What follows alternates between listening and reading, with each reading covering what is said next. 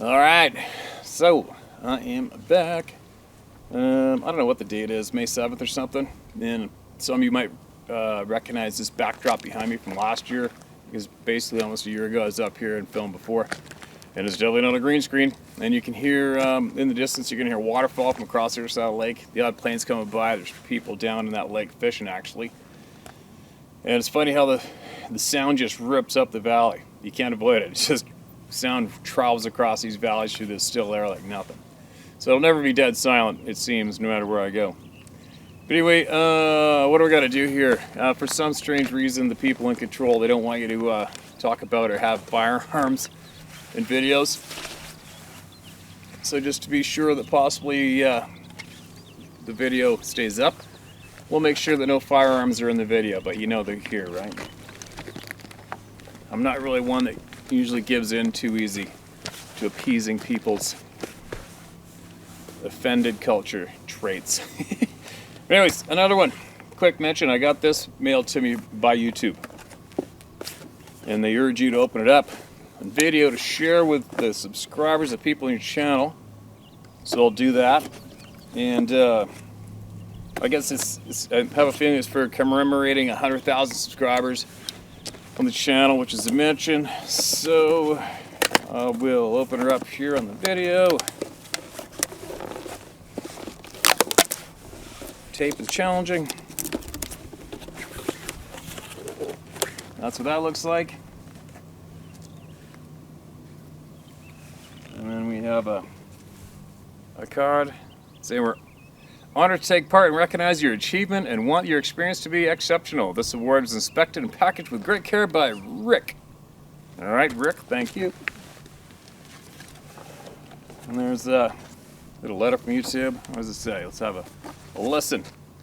You've just done something that very few YouTube creators accomplish. You had an astonishing 100,000 people subscribe to your account. We know that numbers on YouTube can get really big, but we hope that you don't lose sight of the reality behind the 6-digit milestone. Each and every person who subscribed to your channel has been touched by what you created. They're inspired, challenged, or entertained. You achieved this milestone with hard work, perseverance, and probably a healthy sense of humor too.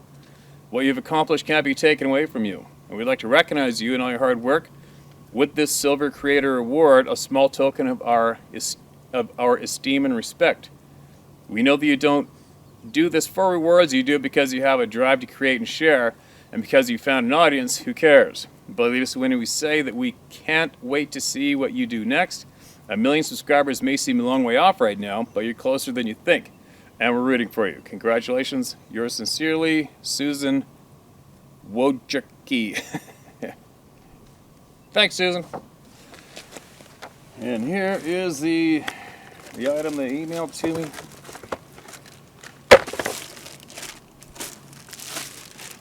There it is. Subscribe, presented to howtohunt.com for passing 100,000 subscribers.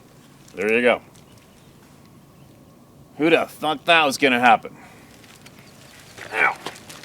But anyway, the award, that's kind of different. That's pretty cool. Admittedly, it wasn't my goal. It never has been my goal, obviously. It was just to get an audience. My goal is to share true honest knowledge with everybody, as many people as I can, and that is my ultimate only goal. That's it. And for them to recognize that, that's pretty cool. That's, I guess, a thanks out to all of you for that. We just had a discussion about this a few minutes ago about me biting my lip and not saying some things that I really truly think, but just so you guys know, it doesn't matter if it's YouTube or Facebook or Instagram or whoever. The fact is, and especially to this woman, what's your name? Susan. I'm sure she isn't listening, but if she was, I would definitely like to say to YouTube to stop censoring people's content and to try to put out an effort to be more for the people, more for the honest truth, and quit taking down truthful, honest videos. All right? Because that's absolutely wrong. I just witnessed that happen firsthand yesterday. There's a specific woman who was a scientist, and she was attacked, belittled, lost her career, and it has nothing to do with the Sasquatch topic or anything like that, but various other realities in our communities today, and she was annihilated for sharing the truth. And I shared that video, and YouTube, you took that video down, and that's not too cool. So, you know, am I lashing out at anybody? Not really. I'm just suggesting to anybody who is involved with YouTube to, you should probably swing with the tide like everybody is lately and jump on the honest train, because it's a lot more better for you and your life and all of our lives combined, and support the good and honest people. That's what we should be doing here, right? But anyway, moving along. What was I going to mention? I was going to mention so many things. I got so much stuff going on in my brain. Shit. You know, it's funny. You know, the world's going through a bit of a reset right now, and if I could, I'd have a couple suggestions. If I could have any kind of input or suggestions to the people who are potentially in control, I would probably, if we could, you can imagine this one. Picture this one. Don't you think that every single person that goes online, goes on the internet, should possibly legally, I'm just saying possibly, I'm just tossing it around, it's just a random thought over coffee in the morning, but wouldn't that be pretty cool if 100% of anyone who went online had to have their true photograph and their full name beside it with everything they posted or shared online? I think that would probably, everybody would benefit from that, don't you think? It would keep the honesty as a priority, and it would keep a lot of hurtful content and hurtful things away from actually truly hurting people. That's probably not That's probably not a reality by anytime soon, but I believe that would probably be a good step in the right direction, right? And then what else? I think another thing too is there's so many places that are possibly changing truths, suppressing truths, not sharing truths, filling us in with non-truths. Wouldn't that be cool if we had a reset across the board and every single media outlet had possibly maybe 1 to 3 strikes max on if they shared untrue knowledge with the people via the internet? 3 strikes are out. Meaning you do it once, we're going to give you a little pat in the back of the hand. You do it twice, we're going to give you a kick in the ass. You do it the 3rd time, we're going to skid you right out the door for good. You lose your business, you lose your presence online. That's just me and a random thought I have in the morning the odd time lately as you watch things unfold in the world and become more aware and filled in of solid knowledge from very educated people. But anyway, this is just a few of my thoughts recently, and I thought I'd share them. But moving right along, what I'm doing right now is we're going to try to video up a real good handful of emails that have been sent in to me, because this is a busy time of year for me right now. It's very busy. And I can't be going out of my way up to places like this every couple days to film up an email or two and then travel all the way home, doing the horses, dealing with contracts and future fishing, hunting plans, just the whole 9 yards. So we're going to try to get as many of these done right now, get them pre-edited, pre-loaded to keep the channel's momentum going for the next month or two. And then we'll come back and put videos up in between as they happen, as they occur, as we film them, as we go. But I really have to free up a lot of my time. So we're going to try to share as many as we can right now with all you to keep this train going. So listen to this. So, you know, in the past I've always told everybody I'm strongly suggesting to you, giving you hints on who you should listen to and you should possibly not listen to when it comes to true, honest facts. And I've really been trying to get you guys to focus on the First Nation communities. And if you could treat them with respect, if you know anybody in those communities, and approach them and ask them for their knowledge and share their knowledge with you so you can become more honestly informed, factually informed, right? Instead of being informed by a handful of creepy people who only want to create some kind of a celebrity status for themselves, become known, get followers, and make money. You know, they're not really dedicated to the truth at all. So listen to this one. Steve, my jaw dropped when I heard you tell the story of, quote, a Sasquatch experience, a special message and updates. That's a title to one of my past YouTube videos. I'm a First Nations person from British Columbia. I live in Vancouver and I have a similar story. I'm a member of the legal profession. For reasons of privacy, I only ask you keep my name off, as what I'm about to tell you pertains to our sacred ceremonial ways. Every year in preparation for the annual Sundance ceremonies, the dances are to do fasting in the woods, what is often called the Vision Quest ceremony. We've been having our sun dances on an Indian reserve in the BC interior, and even though we moved it from the Nicola Valley to where we now face directly into the Stein Valley from the east side of the Fraser River, We still go back to that old spot on a different reserve in a different valley for our fasting camp. I no longer want to do my fasting at that Nicola Valley location because of my experiences. Our Sundance chief remarked once several years back, probably around 2012, that a Bigfoot had been there at the Vision Quest grounds. He said it was so nonchalantly like it was nothing to be alarmed about. Anyhow, what we do is we are placed with other fasters, often about 100 feet from each other. We bring up a sleeping bag, a tarp to keep dry, and our ceremonial items. When fasting, it usually is for 4 days, no food or water. Part of my difficulty is that I snore kind of loud, so when out there fasting in the middle of the night, whatever's out there can hear me snoring. One night, I felt my head being pushed into the ground. That is when I woke up.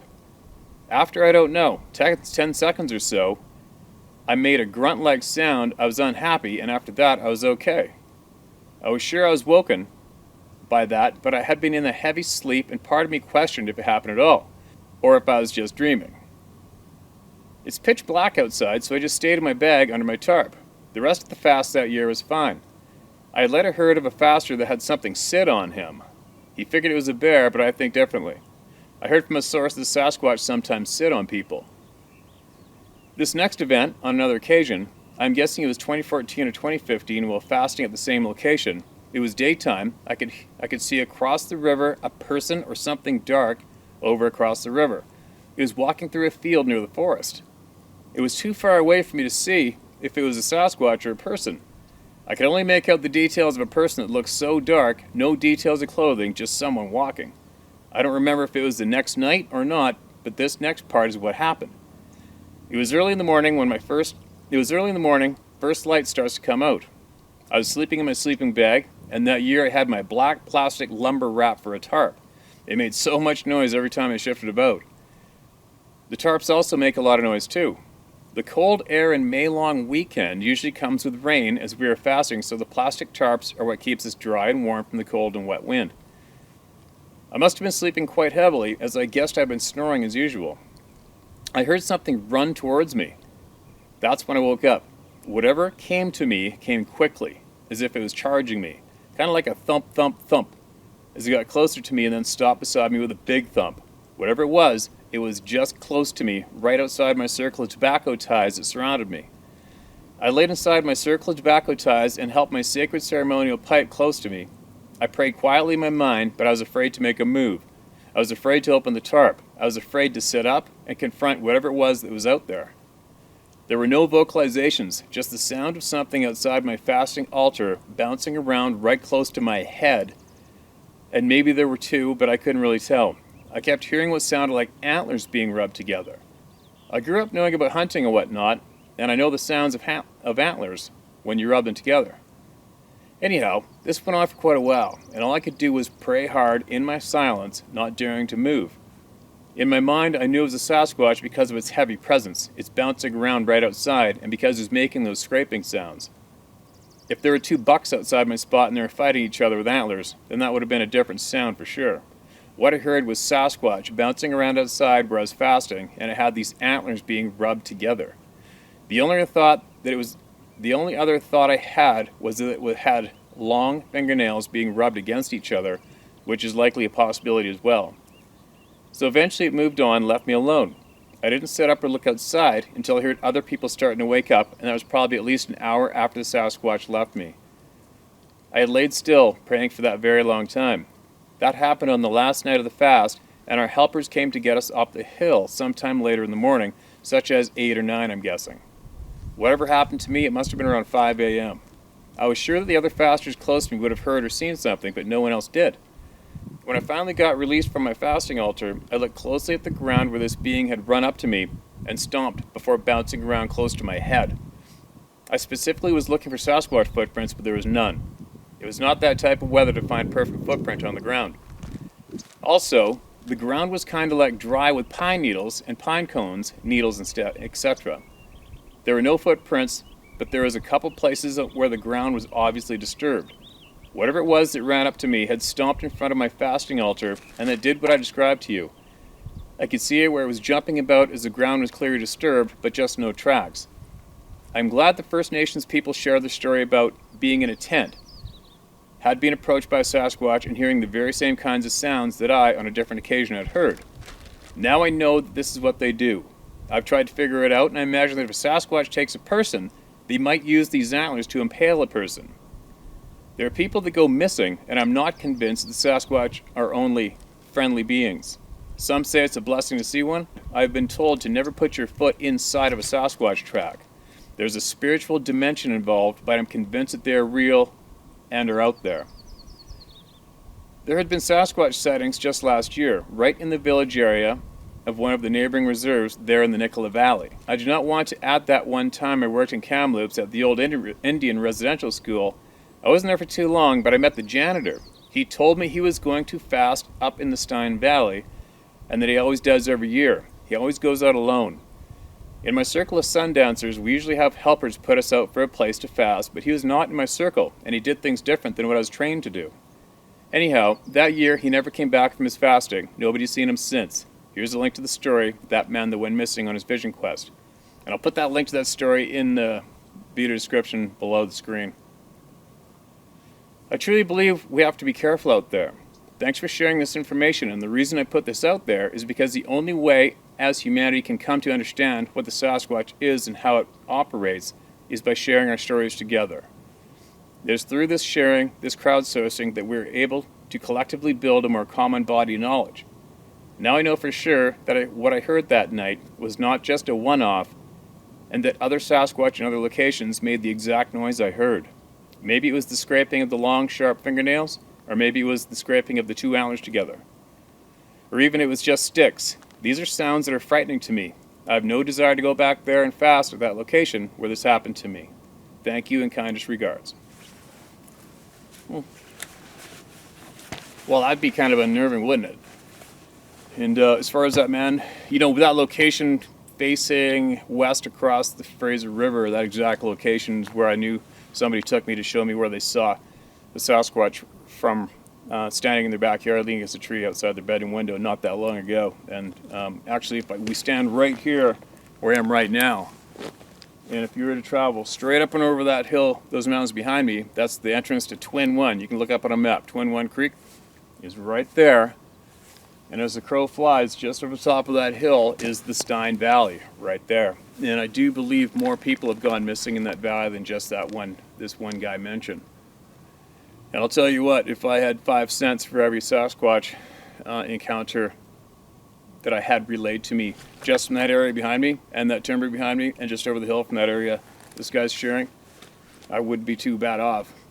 There's no shortage of it at all. And remember that story I shared earlier from that guy at Spence's Bridge, which again is just over that hill. Go down the Fraser River a little bit, and Spence's is right there, and that is where, actually that's a little farther up. Yeah, Spence's is just a little bit farther up.